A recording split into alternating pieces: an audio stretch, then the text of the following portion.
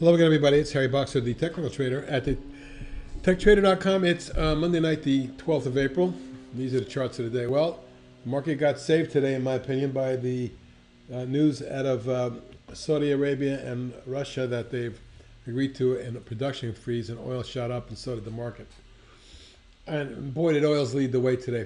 I'm going to share a lot of stocks today that are oil related or direct oil companies, and you can see what they've did and what they have been doing since February, when most of them hit their bottoms.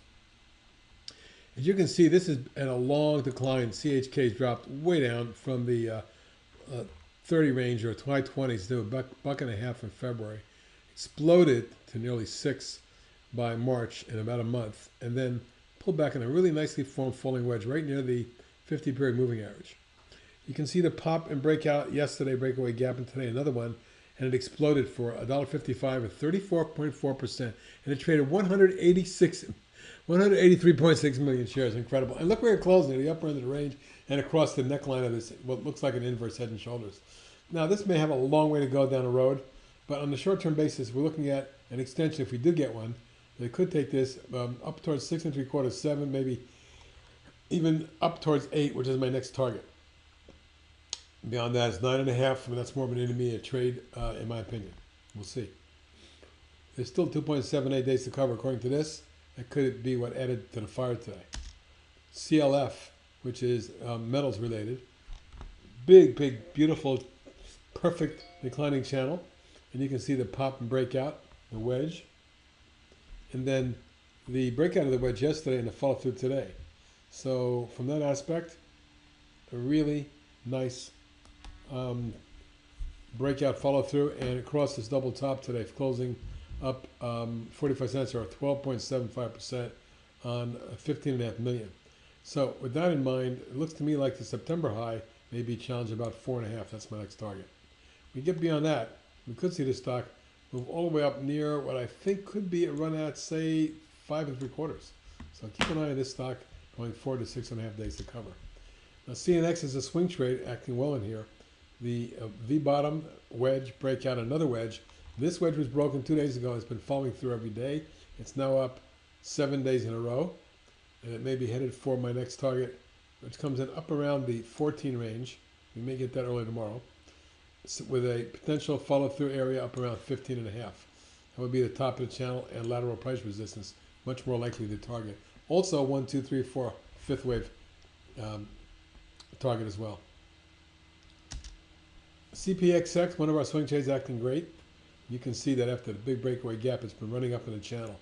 I still feel like there's a possibility we're going to see this around 17, 18. I had a target of 17 last week. Let's see if we can get up around another 3 points, 3.5 points from here. ECA and Kana, big drop in this oil company. Their stock, which was traded in the mid-20s in 2014, had dropped all the way down to 3. Double bottom, exploded and wedged. Yesterday the wedge broke out slightly. Today it really popped, getting up to resistance at about the 7.05 area before backing off just a little bit, but it closed very well. And it traded 17.8 million shares, up 10.5%. If we get a punch through here, my next target is 8 3/4, 8.85, maybe even as high as 9. This is very intriguing in here. EPE, yet another oil company. The stock, which is traded in the low 20s, got down to under $2 and then exploded. I mean, vertical from about 170 to over 7. Then the pullback three-wave corrective falling wedge to the 50. Today, the spike breakaway gap, breakout on nearly 6 million shares. You can see OBV moving up, 3.65 days to cover. It appears that there may be a shot for this stock to make a run at 7-8 zone up in there. We'll see what kind of follow through we get tomorrow. GAS cell is more in the natural gas area, but after a very long decline, as you can see, and reverse splits, it looks like this could be a basing pattern. Today it popped 480 or 16.8% and traded nearly a million, which is decent volume. OBV making new highs. My target on this one is going to be going forward about 45. But this could be a 12-point runner from here. There's some resistance at 40, so look for 40 and 45 for targets on this one. JNOG, I'm going to point out that some of the golds have had a tremendous rally with a JNOG just in the last 7 or 8 sessions, going from 66 to 119, nearly doubling in a week and a half, and at the top of the channel, and at lateral resistance. So for me, there's always the possibility it follows through and gets up to 138.40, my next target, but I'd be looking for a pullback consolidation in this zone, at this level anyway. And the same thing goes for Nugget, very similar. LPI, another oil company, Laredo, having come down from the 30s down to under 4, a 90% drop. You can see that in a 1, 2, 3, 4, 5-wave decline. V-bottomed, platformed, formed a nice wedge above the 50-day moving average. That wedge was broken 4 days ago, stalled on an inside day yesterday, and today exploded for $1.42 or 16% on 4 million. That's the biggest volume in about 3 weeks. It looks to me like there is some resistance above here at about 11, but if we have any kind of energy left in this one, we could see 12 and even 14 on this stock going forward with 3.87 days to cover. LXU, well, it's a swing trade. Acts like it wants to go. It's only up 14 cents, but I wanted to show you the pattern. I believe it's on the verge of a pop and breakout and run up towards 17, 18. Keep an eye on this one. 3.4 days to cover that. MRO, really strong action today. 44 million shares, up $1.45 or 12.5%. It is at resistance at the declining tops line. Let's go way back here, going back about a year. And if it gets up to here, we got a shot at running this first to 15.5 and then as far as almost 17 short term, in my opinion. RRC, one of our swing trades, doing great. The wedge was broken today with an 8.5 million share day, up 9.25%. With still 4.2 days to cover, it appears to me this one can extend. I think it'll be testing as early as tomorrow the 40 range, secondary target in mid-40s. SM Energy, long decline as well, having gone from the 70s, actually almost 90, all the way down to under 7. A huge, like a 94.5% drop. Then it exploded off the low, formed a beautiful wedge, the moving averages crossed over, and it exploded in the last 5 sessions. Now there is resistance above here, not only at the major decline tops line, but lateral resistance. So this one needs to be watched for either a breakout, an extension, or a pullback consolidation in this zone. SN, well, another oil stock doing well today. You can see it after the major declining top line was broken, it formed a wedge and platformed for about 3 weeks. Today, in the last couple sessions, it ran hard. My target would be a retest of the October highs around 8. That's my next target on this one. 3.3 days to cover. SWN, Southwest Energy, the big declining line. You can see the stock traded in the high 40s, all the way down to about the 5 range. We tested it in March.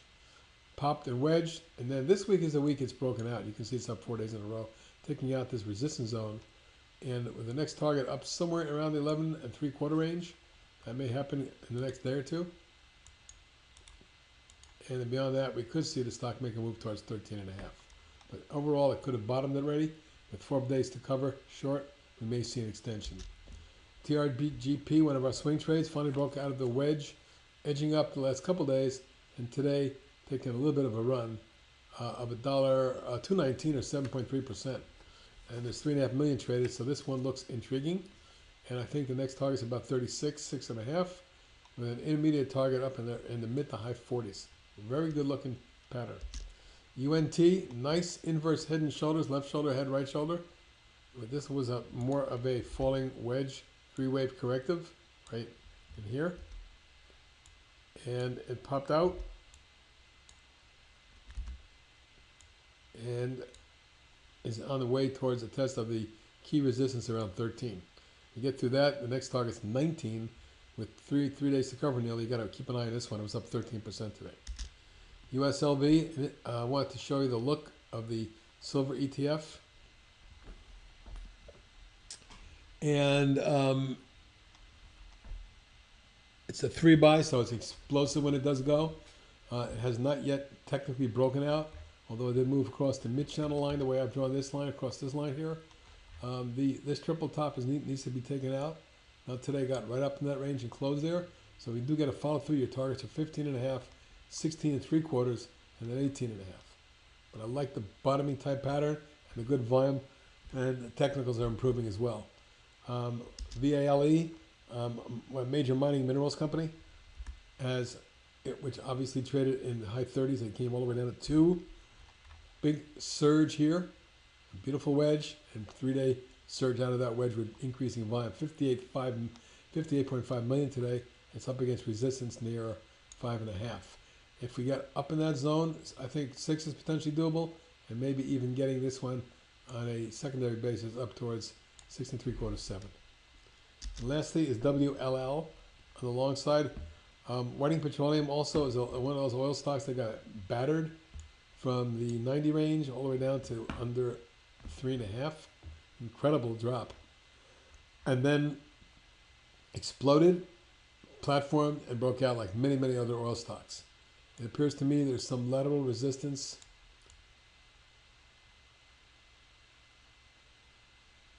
up here near the 14.5 range, which is my next target. Do want to look at a couple shorts tonight. Let's take a look at Baby Natus. Folks, I got to tell you, when a stock gets hammered out of a wedge like this, and that's the best it can do, it sure feels like it's going to go lower. I got a target at 27 and 25 going forward on this one, and it does look quite weak. Chipotle, well, it broke the wedge. It got down to right to my target zone around 434.5 and bounced. Actually closing up 41 cents on the day, so it bounced 10 points. Still not that encouraged about this stock going anywhere but lower. And my targets remain, if it breaks through today's low of 434, I'm looking for the stock to be close to 400, 405.